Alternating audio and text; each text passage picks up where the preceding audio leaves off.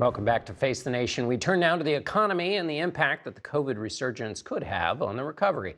Commerce Secretary Gina Raimondo joins us. Good morning. Thank you so much for being here. Good morning. You said this week, if you're asking me what can we do to get our economy back on track, get vaccinated. Give me your sense. You talk to businesses all the time. What are some specific ways in which I saw that Apple is delaying reopening their headquarters a month because of Delta? What are some specific ways that it's affecting business? At this point, this is a pandemic of the unvaccinated. 97% of people in hospitals are unvaccinated. So what every business leader that I know is just encouraging every employee and every member in their family to get vaccinated so that when they come back to work, a lot of businesses are planning on full back in office post Labor Day. Yeah. They're saying, you want to feel safe. You should feel safe. You should feel comfortable. We want you back in the office collaborating. So that means get vaccinated. I don't sense, I will say this, we are not where we were a year ago or 6 months ago by any stretch. We have highly effective vaccines. So the push now is get vaccinated. I want to talk about going back to the workplace in a minute, but tourism is one of the focuses you've tried to help the tourism industry that was hurt. There was a big sell-off on Monday, and a lot of the stocks that were hurt were tourism stocks. You don't see any issues there with people being nervous about traveling because of this summer surge we're seeing? Again, it really does come back to making sure everybody's vaccinated. I think that people are not nervous because they know these vaccines are incredibly effective. On the different variants.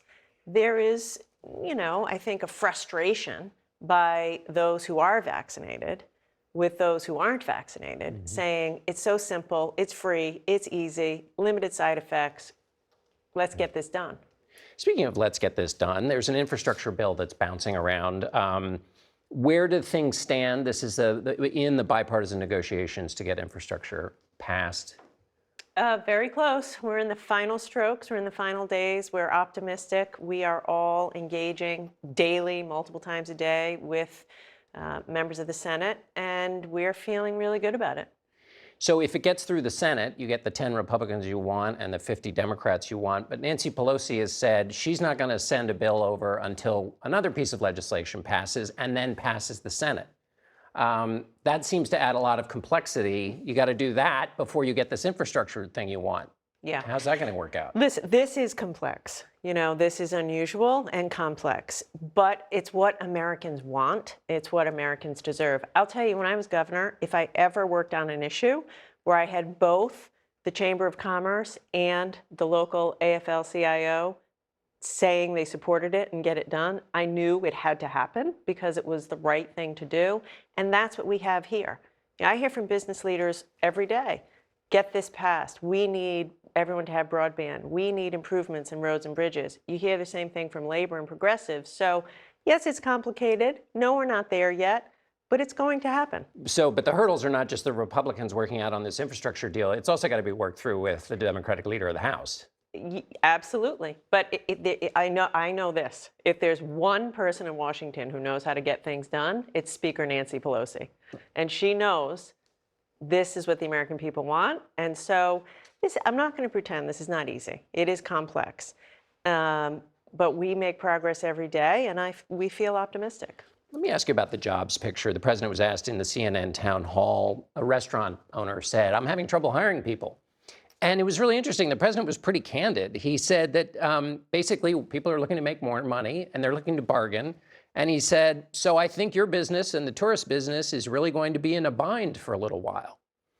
So how's that going to work out? Wages are going up, people want more. But if hiring is not happening, those businesses are, especially the small ones, are going to have trouble staying afloat. There is some of that, to be sure.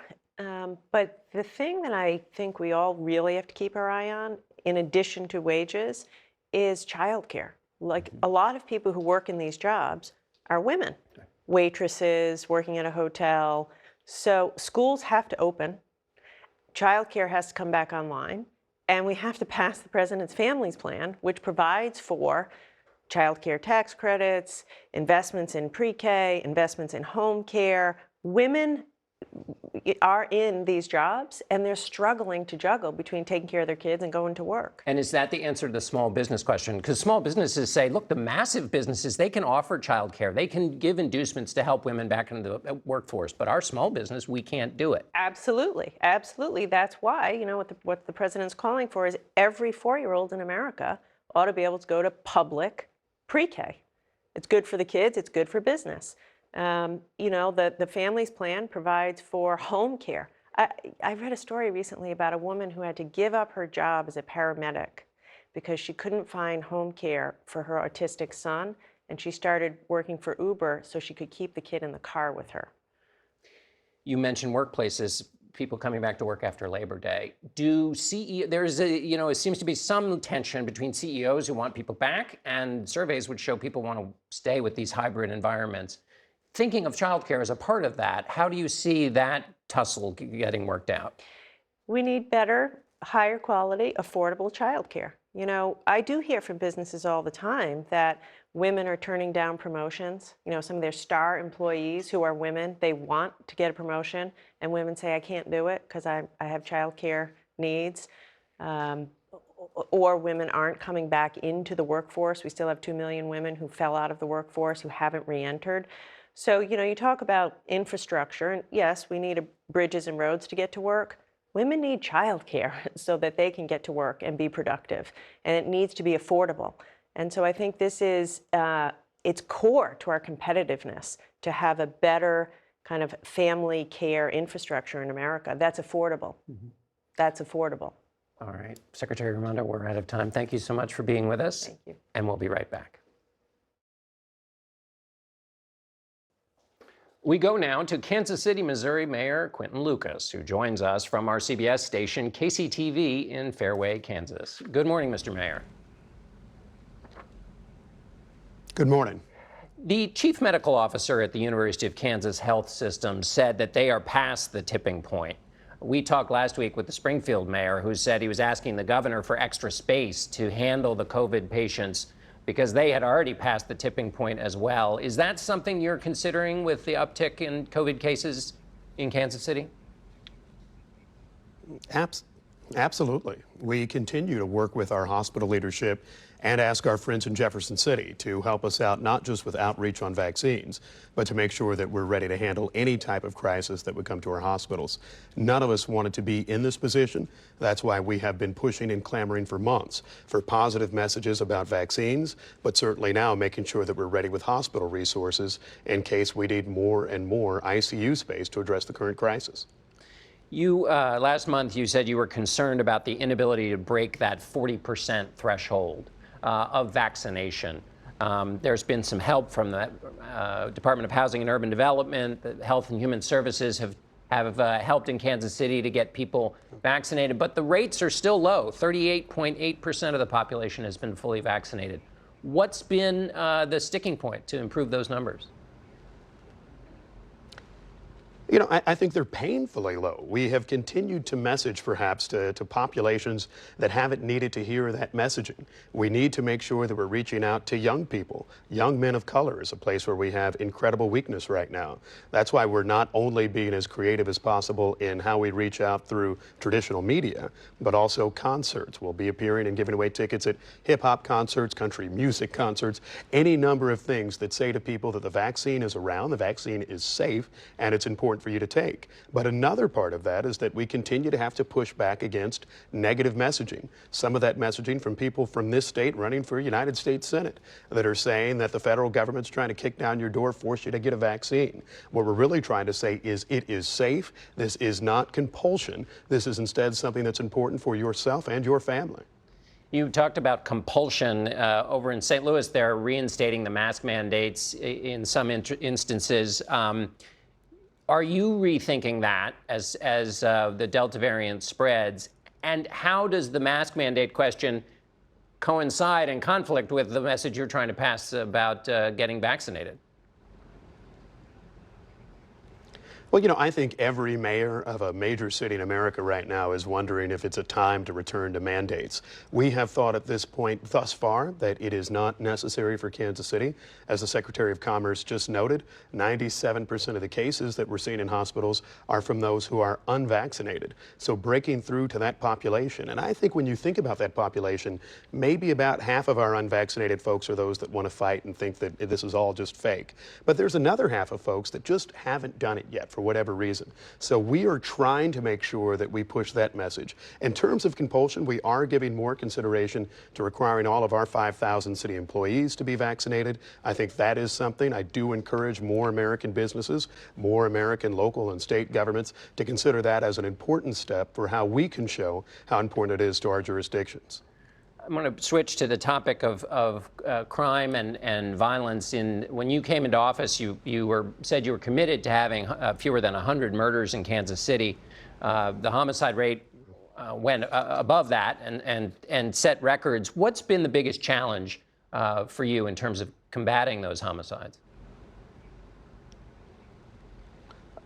We can say it forever, but firearms trafficking into our state. Most of the guns used in crimes in Kansas City, indeed all of the guns used in crimes in my city, Chicago, St. Louis, so many others, don't start out in Kansas City or St. Louis or Chicago. We need an ATF that will work with us in terms of fighting firearms trafficking. But I will note something in my state, and it's happening in more American states, red states in the South and the Midwest. They've passed new laws that prohibit or make it a crime for our local law enforcement to work with federal agencies on certain issues, particularly as it relates to gun trafficking. We're running into more and more hurdles in terms of how we fight violent crime in our major cities. These are things that have not been helpful in turning around this crisis. We will continue to work with our young people and opportunities in everything under the sun. But most of our murders are committed by firearms. We have too many flooding the streets of our city, too many that are sold illegally in gun shows, and we need to make sure that we limit that. The Attorney General was in Chicago. That they are focusing on 5 cities. Kansas City is not one of them. Could you use a little more federal attention on that issue of gun trafficking? We've had a wonderful relationship with the White House so far. I've appreciated this administration, and I will note something different than from the last administration. When they're working with us, they call us in advance. We have a chance to have a long conversation about what our cities need.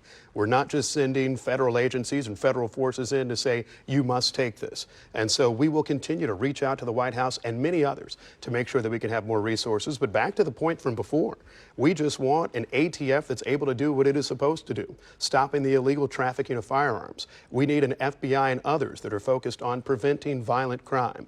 Those are the things that can help us in all of our cities because, look, we've had generations of doing the same thing. Traditional enforcement efforts don't work the same way that actually working with communities, getting the tools of weapons, working with young people are in terms of changing our violent crime numbers in Kansas City. One of the ways you've talked about in terms of changing those crime statistics is community programs, particularly with teenagers that were decimated or shut down during COVID.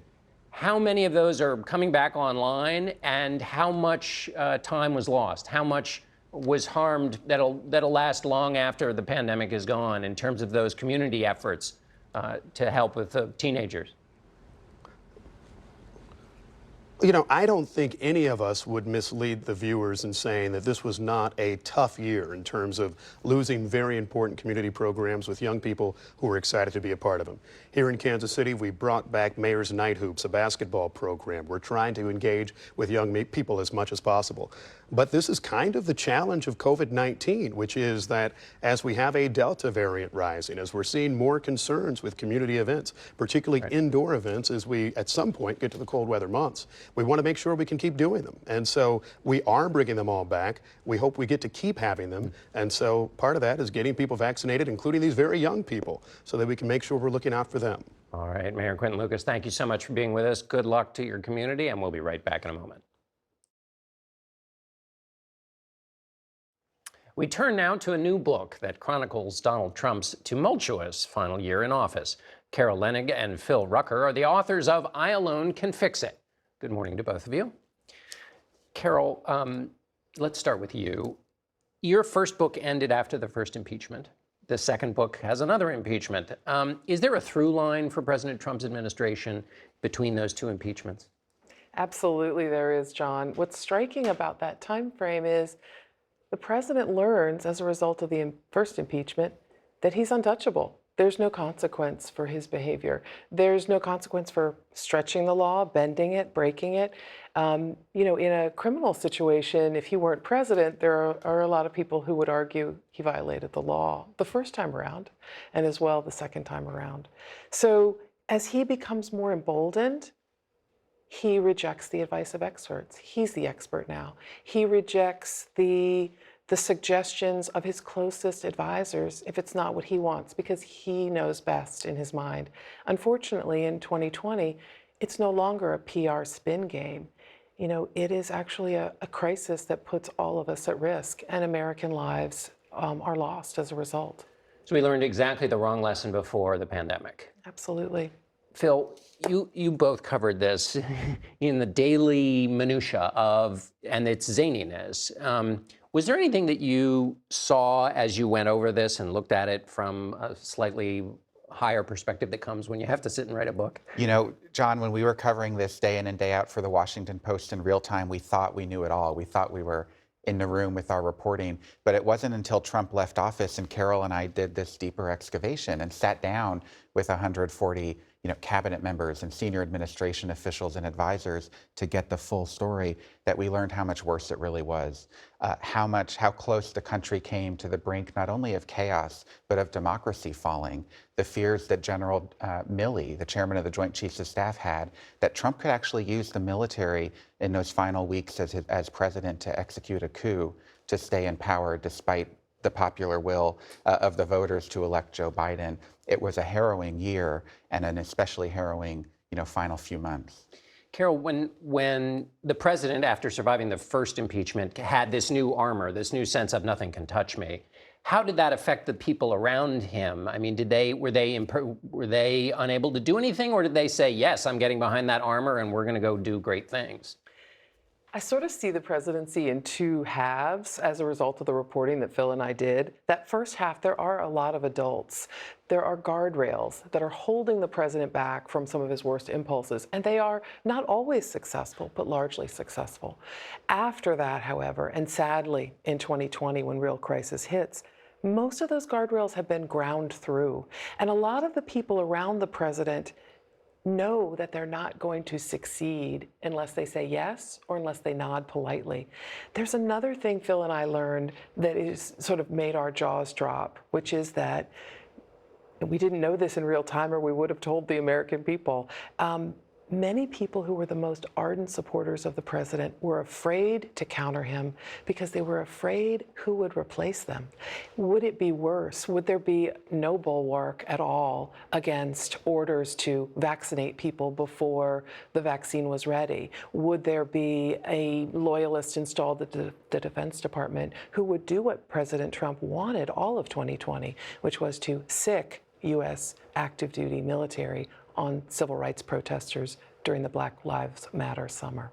That was Phil, when you interviewed the president afterwards, he said that was his greatest regret, that he didn't. Well, what did he say about the Black Lives Matter? John, he said it was his only regret from the year 2020. He has no regrets, according to what he told Carol and me, about how he handled the pandemic, about the hundreds of thousands of lives lost on his watch. His one regret was that he didn't send active duty U.S. military troops into Portland, into Seattle, into Minneapolis, into Washington to go after the Black Lives Matter protesters. These were people demonstrating injustice in the law enforcement system here in this country, and Trump wanted a show of force. He wanted to send the military into the streets to silence them.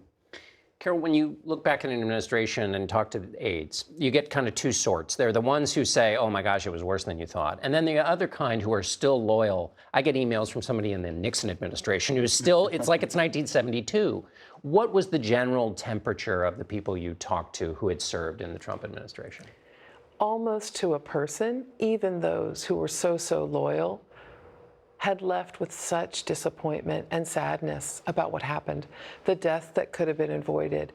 I'll give you an example without naming sources. And again, as you know, we interviewed more than 140 people who were on the front row to this rollicking ride. But we learned in our reporting that former CDC Director Robert Redfield His biggest disappointment that he confided to aides was that he could not convince Donald Trump to wear a mask.